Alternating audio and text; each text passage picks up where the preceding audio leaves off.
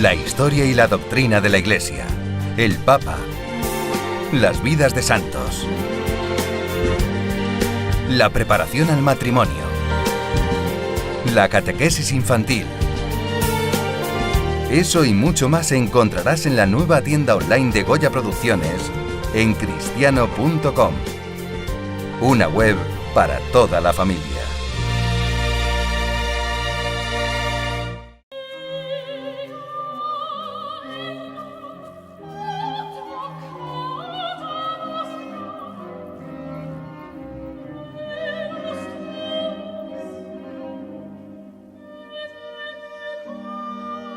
En estos bellos paisajes, así como en todas las ciudades y países de nuestro planeta, el mal ronda al hombre, porque le ronda su propagador, el diablo.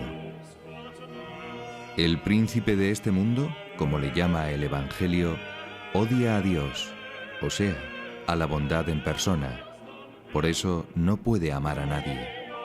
Y se esfuerza por esclavizar al hombre, separándole de su Creador. Este ángel orgulloso y apóstata disputa a Dios el rico botín de la libertad y el amor de sus criaturas. Toda la historia del mundo cruje por la influencia nefasta del tentador, que lucha por arrebatar a Cristo las almas redimidas por él en la cruz. La tentación al pecado es la actividad principal de Satán, pero no la única. La más extrema es la posesión. De ella nos va a hablar el exorcista oficial de la diócesis de Roma, don Gabriel Lamort. En el año 1986, el vicario de la diócesis de Roma, el entonces cardenal Poletti, me encargó hacer exorcismos. Me dio esa facultad para ayudar al padre Cándido, exorcista muy conocido, con 36 años de experiencia, que estaba un poco enfermo y necesitaba ayuda.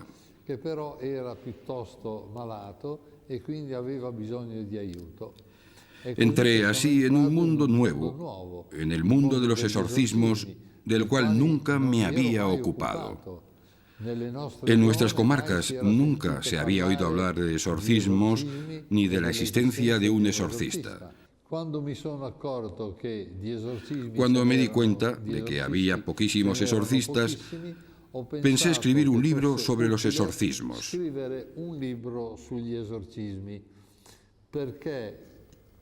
Yo quería que ese libro expusiera las instrucciones que el padre Cándido me había dado a mí. El padre Cándido, un pasionista muerto en 1992, fue mi maestro durante 6 años.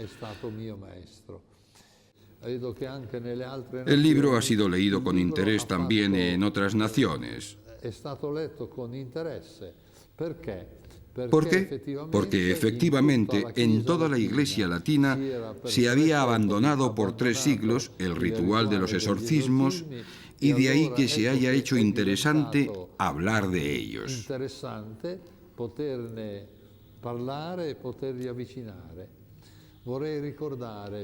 Quisiera subrayar que el nuevo impulso dado a la reanudación de los exorcismos se vio favorecido por 2 acontecimientos importantes. El primero fue el discurso que pronunció el Papa Pablo VI el 15 de noviembre de 1972, en el que calificó al demonio de peligro número 1 para la salvación de las almas. Fue un discurso que tuvo un gran eco y hasta provocó escándalo en aquellos para quienes el diablo es una figura mítica y no un ser real. Debo también admitir que a los exorcistas nos prestó un buen servicio la película El Exorcista, un film que tuvo gran resonancia en todo el mundo, a pesar de tener escenas irreales con efectos espectaculares.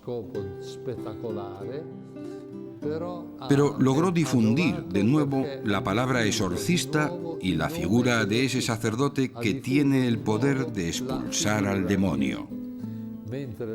Mientras que ahora entre nosotros, en toda la Iglesia Católica Latina, encontrar un exorcista se ha convertido en una tragedia. Es dificilísimo. En este libro que he escrito en tantas lenguas, figura la dirección del editor. Este recibe continuamente cartas de todo el mundo, también de España, de gente que querría venir a Roma para ser exorcizados por mí. Y yo trato de disuadirlos, porque para exorcizar a una persona no basta un exorcismo. Algunos creen que pueden venir a Roma, recibir un exorcismo y volverse a casa curados. Se necesitan muchos exorcismos. Yo he escrito que puedo estar contento, sí. En un caso de mediana gravedad, la persona se libera en 4 o 5 años de exorcismos al ritmo de una. Se entiende así que no se puede pretender que una persona que está, por ejemplo, en Madrid, venga a Roma una vez por semana durante 5, 6 o 7 años. A veces incluso se necesitan más. El exorcismo es una oración de impetración. Para que tenga éxito, es necesario que en un momento dado intervenga el Señor de manera verdaderamente milagrosa.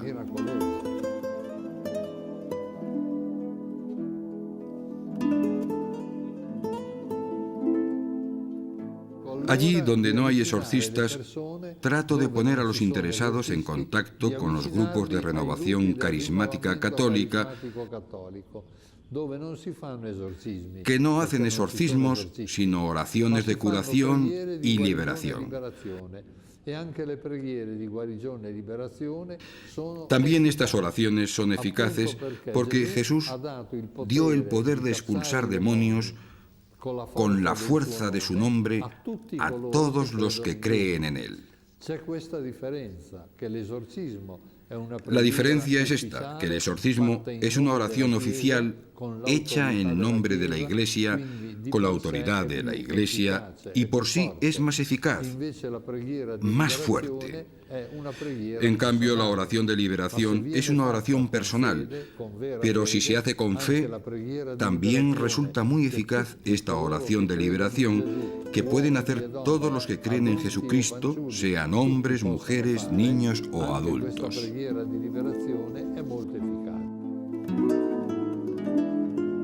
El exorcismo es una plegaria.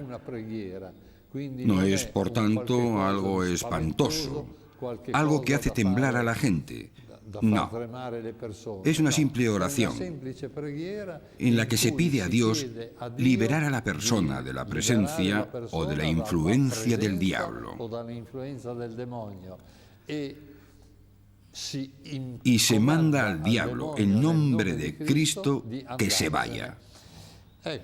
Vean, yo antes de empezar me pongo la estola, que es el típico indumento sacerdotal, estola violeta.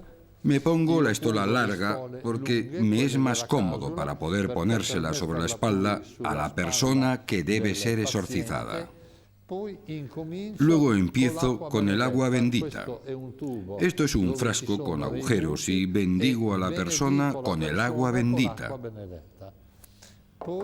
Luego le hago besar el crucifijo. Yo uso un crucifijo en el que está inserta la medalla de San Benito, que contiene varias frases contra el demonio. San Benito no era exorcista, pero era un santo, y sabemos que los santos liberan del demonio aún sin ser exorcistas. Es interesantísimo ver cuántos santos, sean hombres o mujeres, han liberado a personas del diablo.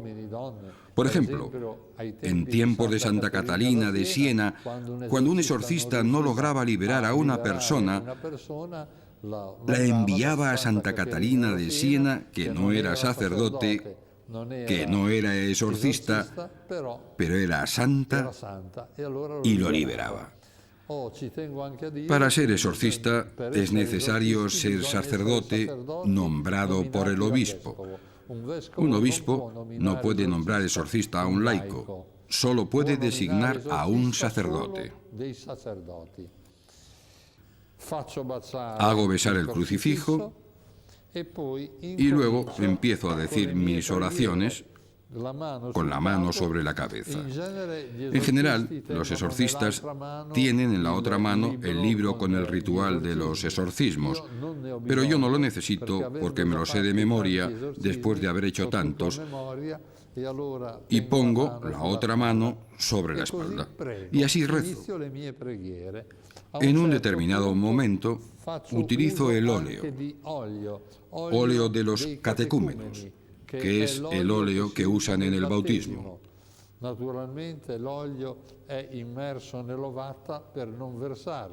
Y unjo con él a la persona.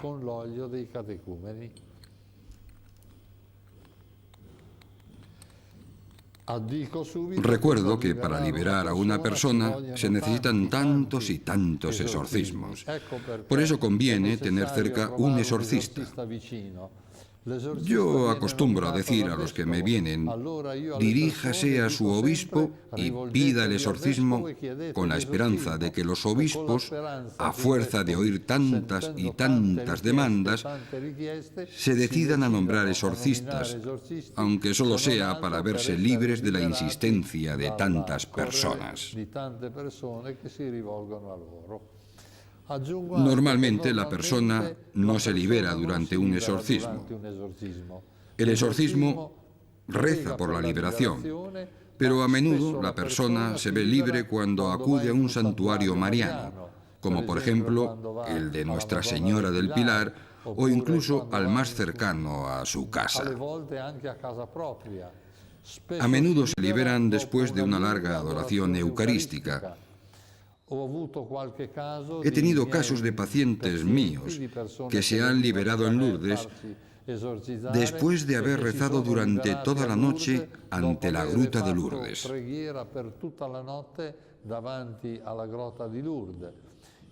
Es importantísima la oración. El Evangelio nos dice que algunos diablos no se echan sino con la oración y el ayuno. Naturalmente, es importante que rece la persona interesada, que recen sus familiares y que se haga rezar a comunidades religiosas o grupos de oración. Porque la liberación del demonio es fruto de una intervención extraordinaria de Dios que se obtiene mediante la oración.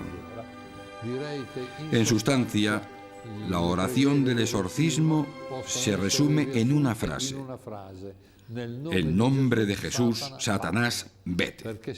Porque se basa en este poder que Jesucristo dio a los apóstoles, después a los 72 discípulos y finalmente a todos los que creen en Él.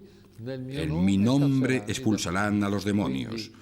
Por eso lo esencial es la imposición a Satanás. En nombre de Jesús, Satanás, sal. Durante los exorcismos pueden suceder tantos hechos insólitos.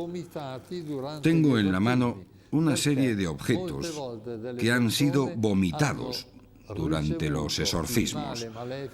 Pues sucede que muchas veces las personas reciben un mal maléfico a través de la invocación hecha al demonio por un sacerdote de Satanás o por personas ligadas a Satán que hacen maleficios. La causa más frecuente por la cual una persona se ve atacada por el demonio es porque ha sido víctima de un maleficio. Se trata de una persona que, por odio, por interés, por venganza o por otro motivo, ha encargado a un satanista, a un sacerdote de Satanás, a un mago o a una bruja que haga un maleficio a alguien. ¿Qué es un maleficio? Es hacer mal a una persona por medio del diablo. Maleficio es una palabra genérica. El mal infligido a la persona por medio del diablo puede hacerse de muchos modos diversos. La forma más común del maleficio es el hechizo. El maleficio puede hacerse con un hechizo, con el mal de ojo, con una maldición, con un rito vudú, con una macumba, con un rito satánico. Puede hacerse de muchos modos diversos. A veces, las personas que lanzan maleficios usan objetos que por vía maléfica introducen dentro de la persona o dentro de la casa. Por ejemplo, sucede que una persona no logre dormir y crea haber recibido algo malo. Mira dentro de la almohada y descubre objetos extraños que han sido colocados dentro. Mechones de pelo, cuerdas atadas. El caso más grave que yo he conocido es el de uno que dentro de su almohada encontró un sapo vivo. ¿Cómo consiguió entrar dentro? Por vía maléfica, por vía mágica, mediante un maleficio, o sea, a través de la acción del diablo. Las víctimas, para liberarse, necesitan deshacerse de los objetos que les han metido en el estómago de modo invisible. Y sucede entonces que cuando vomitan estos objetos salen cosas verdaderamente extrañas.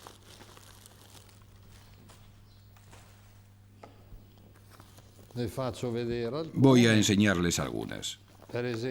Por ejemplo, vean uno que vomitó en una sola vez una cadena metálica así de larga.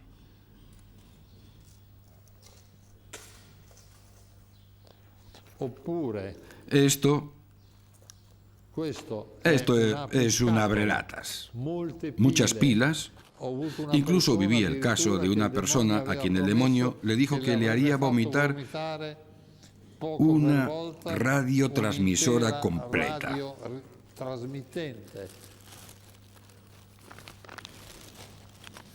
Aquí veo otros objetos,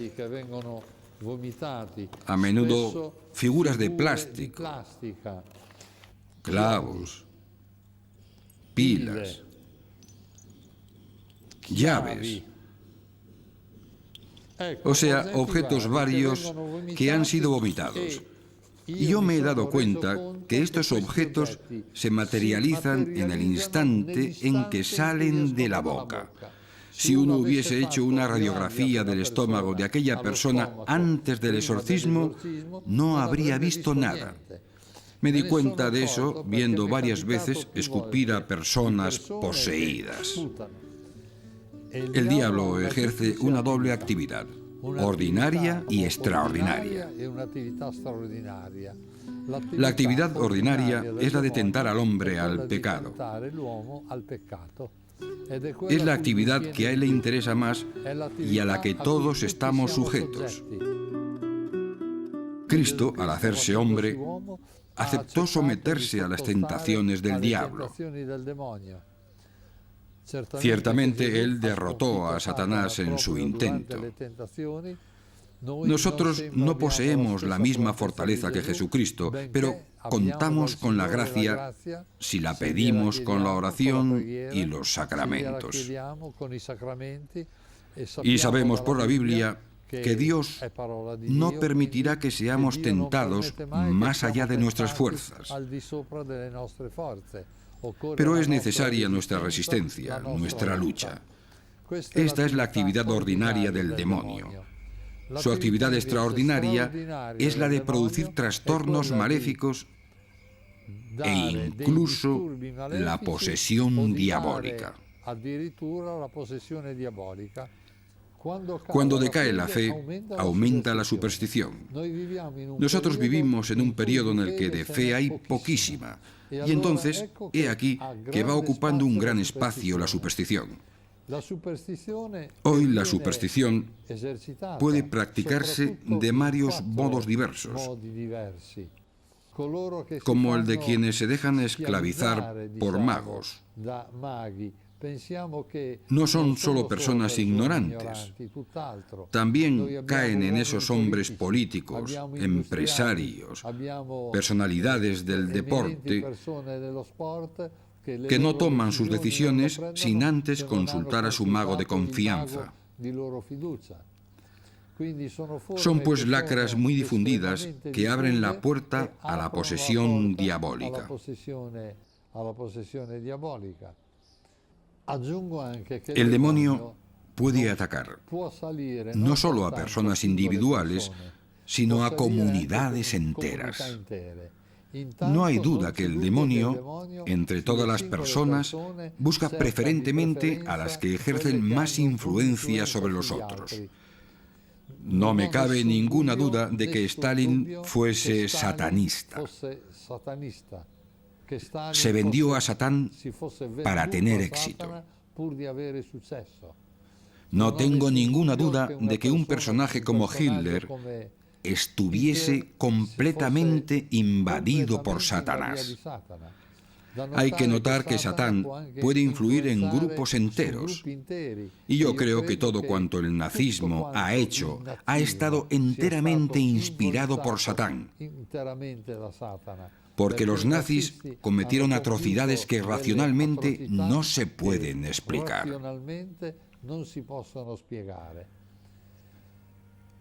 Vemos así cómo el diablo influye en el mundo de la política y en la vida social. Trata de apoderarse de los medios de comunicación de masas.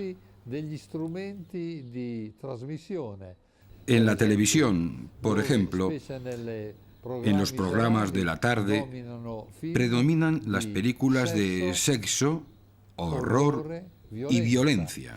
Sexo, horror y violencia. Y tanta juventud y tantas personas mayores y de todas las edades embotan su mente y se alejan enteramente de Dios a través de la continua visión de sexo, horror y violencia. Es importante tener en cuenta que el diablo puede atacar no solo a personas individuales, sino a un grupo entero, que puede ser de poca monta o de gran importancia. Un ejemplo de grupo de poca monta es el de un amigo mío, que exorcizó a una clase entera de 30 a 35 jóvenes que estaban simultáneamente influidos por el diablo, y hubo que proceder a los exorcismos para liberarlos. El diablo puede atacarnos de 4 modos diversos: la posesión diabólica, la vejación, la obsesión y la infestación. La posesión es cuando el diablo parece que entra dentro de la persona y actúa utilizando los miembros de esa persona. Es la forma más grave y, si queremos un ejemplo bíblico, tenemos el caso del endemoniado de Gerasa, que tenía una fuerza hercúlea y asaltaba a quienes pasaban por aquel camino. La segunda forma es la vejación, cuando el diablo no está en la persona, pero causa perturbaciones desde fuera. Por ejemplo, muchos santos han sido atacados por el diablo, como el cura de Ars, que era echado de la cama, o el padre Pío, que era fustigado continuamente. Creo que casi todos los santos han sufrido vejaciones fuertes por parte del diablo. La tercera forma es la obsesión. Esta se produce cuando a uno le vienen pensamientos obsesivos, invencibles, que le martillean la cabeza y le incitan a la desesperación y al suicidio. También me he tenido que ocupar de varios casos de estos. La cuarta forma es la infestación, que está reservada no a las personas, sino a las casas, los objetos e incluso a los animales. El caso más común es el de la infestación de casas por el diablo. También puede actuar sobre objetos y alguna vez en animales. En estos casos también se pueden practicar exorcismos. El hombre, ¿cómo puede defenderse? Digamos que la defensa principal es vivir en gracia de Dios. Cuando uno se acerca con frecuencia a los sacramentos, aunque le hayan lanzado un maleficio, puede que rebote como el boomerang. O sea, que el maleficio recaiga sobre la persona que lo lanza y no sobre la persona contra quien se dirige, que está acorazada por la gracia de Dios, acorazada por la posesión de la Virgen, de los ángeles y por tanto puede estar segura. Sería un error gravísimo tener miedo al demonio. La Biblia nunca nos ha dicho que le tengamos miedo. Nos dice que le resistamos con fuerte fe. La fe vence al diablo. Esta es la victoria que vence al mundo, vuestra fe. Con la fe se vence al demonio. El príncipe de la mentira, de las tinieblas y de la muerte, ha sido vencido por Cristo. Con su ayuda, la de su Madre Santísima y de sus santos ángeles, a nada ni nadie hemos de temer.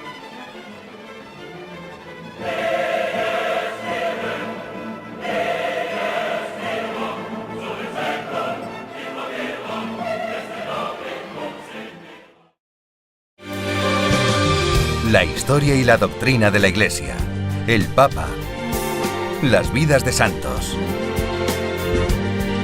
la preparación al matrimonio, la catequesis infantil. Eso y mucho más encontrarás en la nueva tienda online de Goya Producciones en cristiano.com, una web para toda la familia.